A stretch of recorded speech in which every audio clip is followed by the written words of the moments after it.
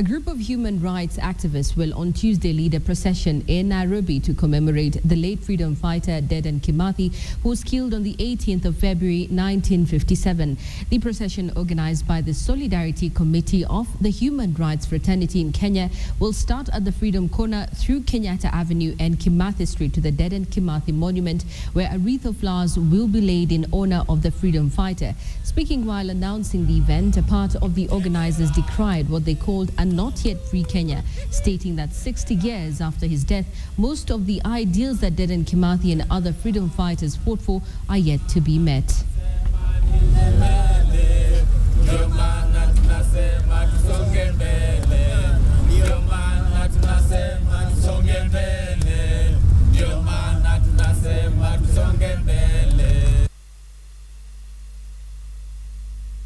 Kuwakumbusha tulikotoka na kuwaonyesha mahala tuliko, matatizo tulionayo ambayo suluhu haijapatikana, na kuwaelekeza kule mbele kwamba huu ndio wakati wa kuinuka, kusimama pamoja, kulinda harakati zilizokuwemo za kulingania uhuru wa nchi hii na harakati ambazo zilizidi baada ya uhuru wa nchi hii, kujaribu kuinyoosha nchi kuweka katika mustakabali uliomwema zaidi, ambao uliishia na katiba ya mwaka 2010. Our activity that we are launching today is meant to refocus the entire nation. That if at this point in time in our history as a people are still going without food in Turkana, that people could still have, the freedom of the media curtailed by legislation that goes completely against the spirit and text of the Constitution. His struggle is not finished.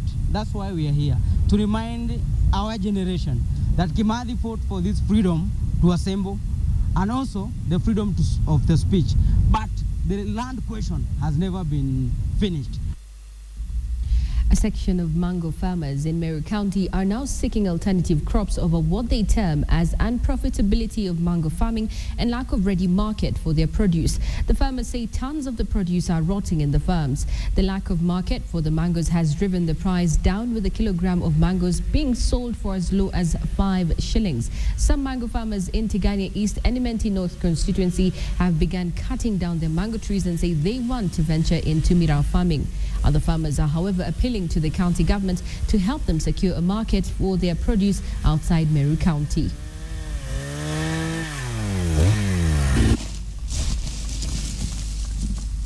Tungetaka hii serikali ya jimbo ama hii ya kaunti kama ingeweza kutafutia wakulima angalau soko wapate mahali pa kuuza, sababu mali iko, soko ndio hakuna. Ukiangalia gharama yangu ya maembe season moja ni kama 500,000. Lakini nikiwa na bahati niuze maembe ya 150,000, nitakuwa nimepata faida. So nimeamua nikate, afadhali niuze kuni ama nichome makaa. Now, more than 100 families from Gay 2 area in Huruma estate are now homeless following an overnight fire that razed their houses. Residents say that an electrical fault caused by the heavy downpour started the vicious fire. A 23-year-old man was killed in the inferno. By morning, residents were collecting the few belongings they could salvage from the fire and preparing to set camp in the open. This is not the first time this neighborhood has suffered such heavy loss in a blaze. They blame the recurrent fire tragedies on poor planning in Huruma, as well as the numerous electrical cables left open.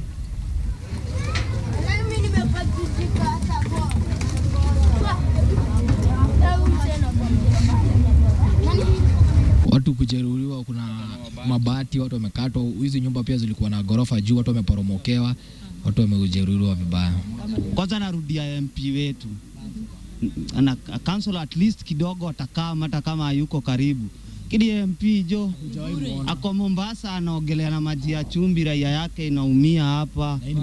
Ni mara ya pili ametufanya hivyo. Next time akasema, last time alisema ati ako Mombasa hako holiday, hawezi shughulika na kazi hiyo. Lakini asisahau, ni vile nimesahau kura kwa nyumba tu. Ni miaka hiyo tu imebaki. 4 tu atakam. Na katiba inasema jo ajichunge tusimchuje mapema. Now, a section of leaders from the Orange Democratic Party won the February 28th party elections postponed. Nairobi Governor Evans Kidero and his Kakamega counterpart Wycliffe Oparanya says the ODM elections are dividing the party. Kidero wants party leader Raila Odinga to unify all party delegates before the party elections. Oparanya, who is vying for the deputy party leader position, says he will not step down for anyone, citing that the elections have created too many rifts within ODM. Najua tuko na elections za party hivi karibuni. I want to plead with our party leader that if he doesn't postpone the elections, the party might not do very well. It's a national party. So I want to plead with our party leader that let him postpone the elections, alete watu wa ODM pamoja ndio aitishe election saa zingine. I was the founder member of ODM. Sasa niwaje niende wapi? Niwachie nani? Niwachie nani? Na niliunda hii chama. Hatutaki tuwe kama makabila, kila kabila na chama chake, kila kabila. Hiyo ndio mpango wa Jubilee. From Kilifi County, residents now want the Ethics and Anti-Corruption Commission and National Land Commission to institute investigations against a Kilifi County Member of Parliament whom they have accused of being involved in land-grabbing deals. Carrying effigy of the alleged MP, they claim the MP has been collaborating with senior lands officers direct from the county to National Lands Office to aid him grab the lands.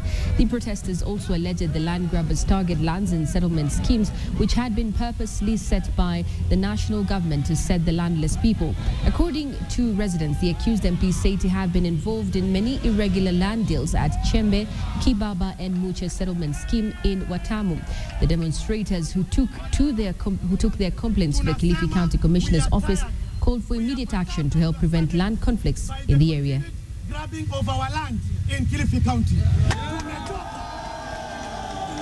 Tumechoka unyakuzi wa ardhi katika kaunti yetu ya Kilifi.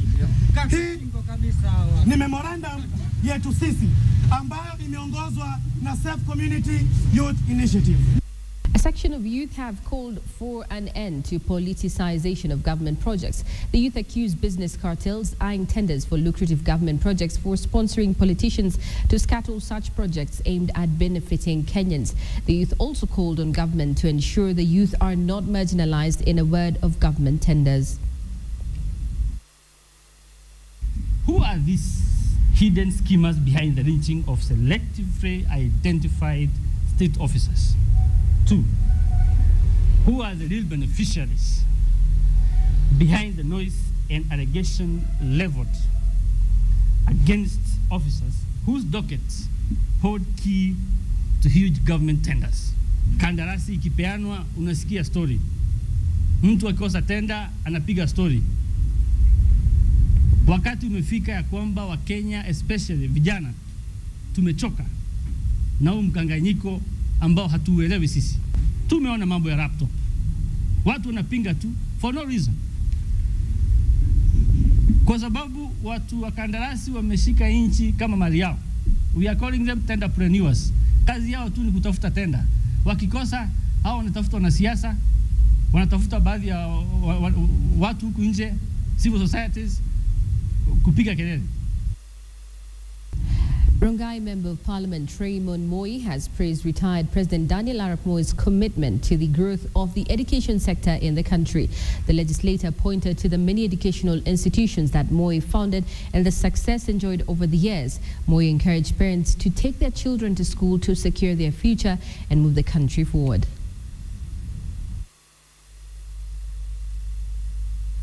And you might have in a primary school like this, you might have maybe 5 teachers sponsored by TSC, and the rest are, the burden is carried by parents.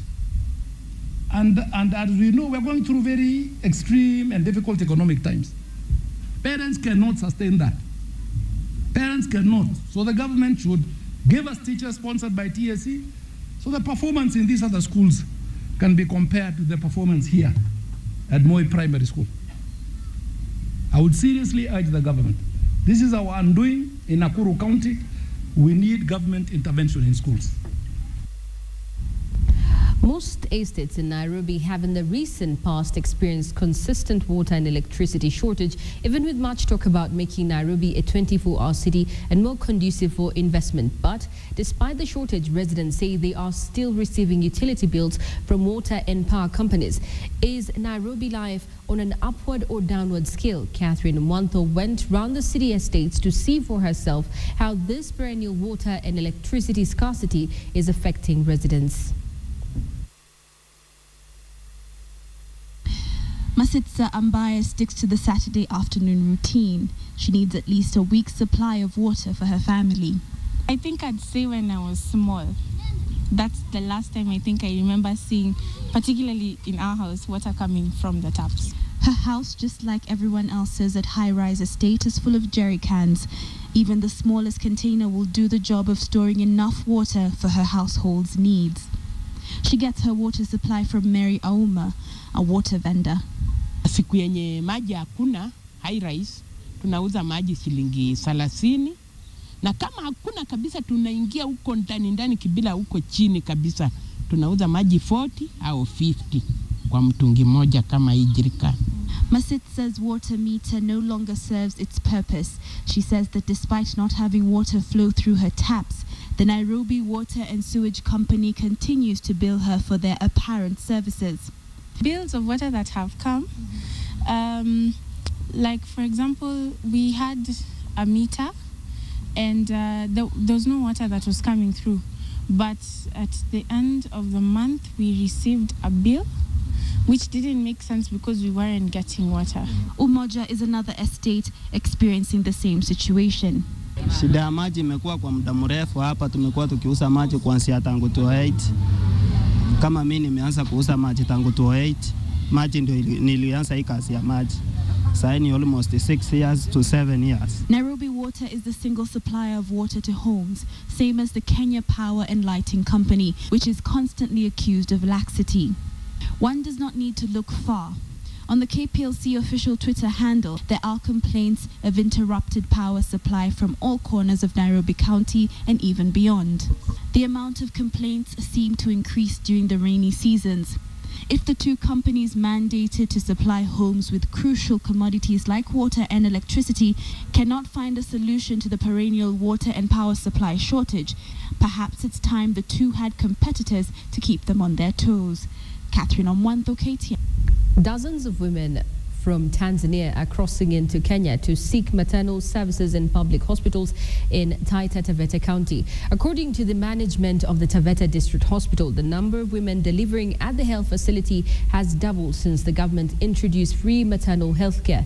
The hospital says the Tanzanians who border Kenya on the Taveta side have taken advantage of the free services, as many of them were delivering at home due to lack of health facilities on their side. The hospital says it has been offering services to all women who come to the hospital for free. However, the hospital is now overstretched by the increasing numbers.